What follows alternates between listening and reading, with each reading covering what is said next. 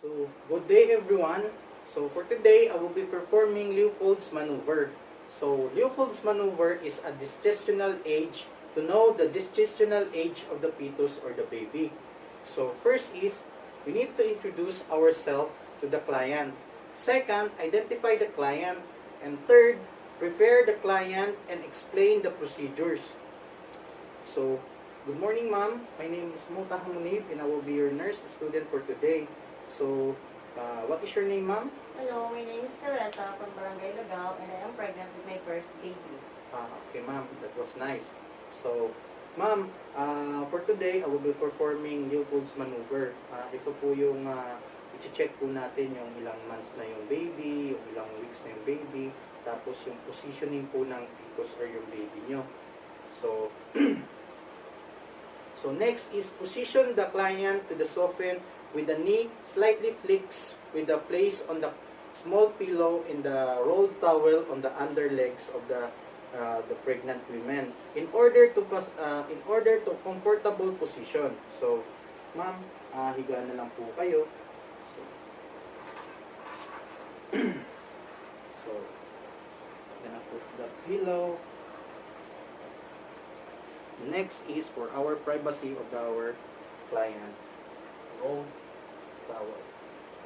So, next is wash your hands using a warm water and dry to avoid uncomfortable feeling during touching the belly. So, because sometimes when we touch our patient with the cold hands, it's a weird feeling for them. So, next is expose the abdomen and inspect in order to facilitate the maneuver. So, first we can position the client to the sofa with the knee slightly flexed. Then place the small pillow or rolled towel under the legs in order to have a comfortable position. So, assist muna natin yung client, ma'am. Higa lang po kayo. Okay. So, we're gonna put the rolled towel for privacy of our client. So next is wash our hands using a warm water and dry to avoid uncomfortable feeling during touching the belly. Because sometimes when we touch our clients with a cold hand, they will have a weird feeling. So next is expose the abdomen and inspect in order to facilitate the maneuver.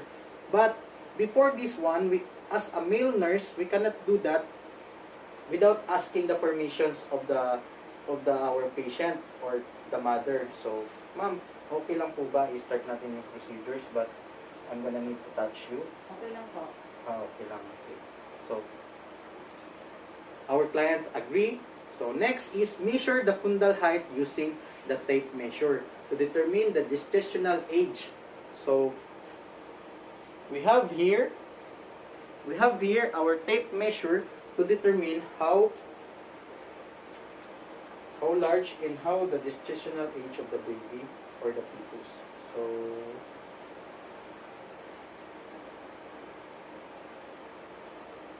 So it's 36 centimeters. That means my conclusion is 36 weeks. That means it's 9 months old. So next is perform the first maneuver. Stand on the foot of the bed facing the client and place both hands on the abdomen in order to identify the fetal position. So, ma'am, start ko lang po. Gonna check her. Sige po.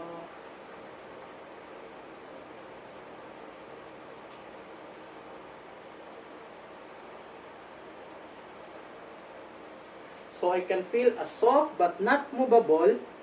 So in the fundus area, that means our fetal position is cephalic. So next is perform the second maneuver. Place the palm in each hand in either side of the abdomen to identify the fetal back and extremities. So palpate the side of the uterus, hold the left and hands in stationary left side and the uterus, and the right palpates the opposite side of the uterus from the top to bottom. So start. So ma'am, check ko lang po ulit.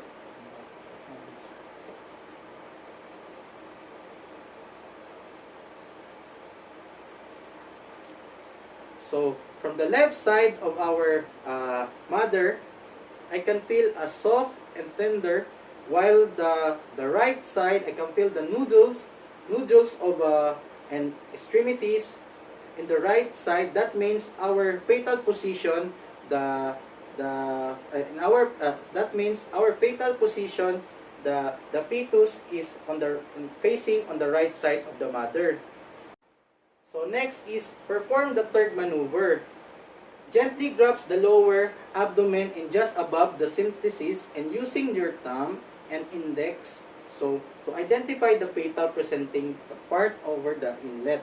So press the thumb and finger together, determine any movement in either part of firm and soft.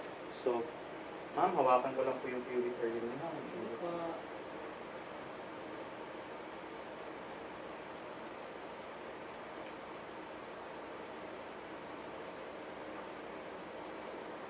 So I can feel in the inlet or pubic area, I can feel a round and hard, movable. That means our fetal position is cephalic. Next is perform the fourth maneuver. Face the foot of the client. Place the finger on the both side of the uterus, operate 2 inches above the inguinal area. So to identify whether the head or the flakes or fetal attitude. Press the down and inward into the directions of the birth canal. Allow the fingers to carry downward and check the cephalic pronouns. So, check ko lang po ma'am ulit.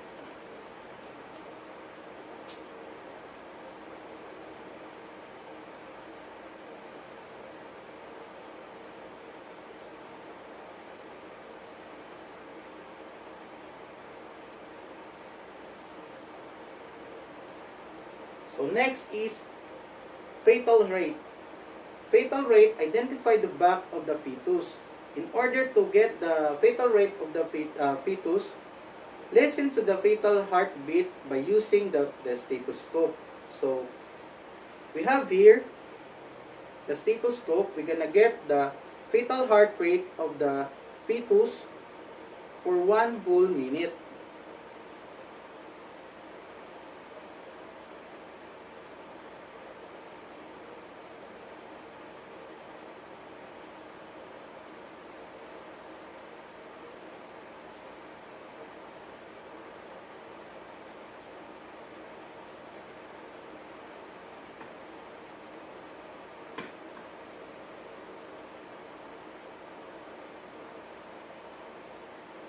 So we got the fetal heart rate of the fetus, so over 120 over 160. That means our fetal heart rate is normal. So next is assist the client in the comfortable position. So ma'am,